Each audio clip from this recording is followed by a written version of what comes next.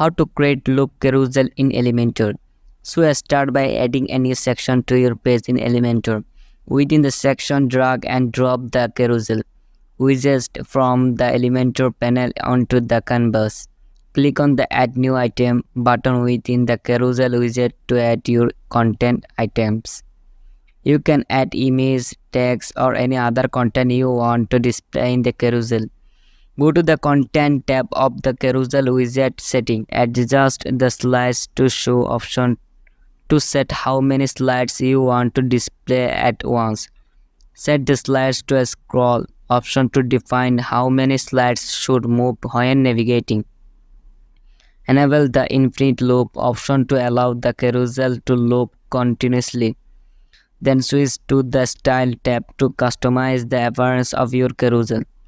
You can adjust settings such as spacing, typography, colors, and more to match your design preference.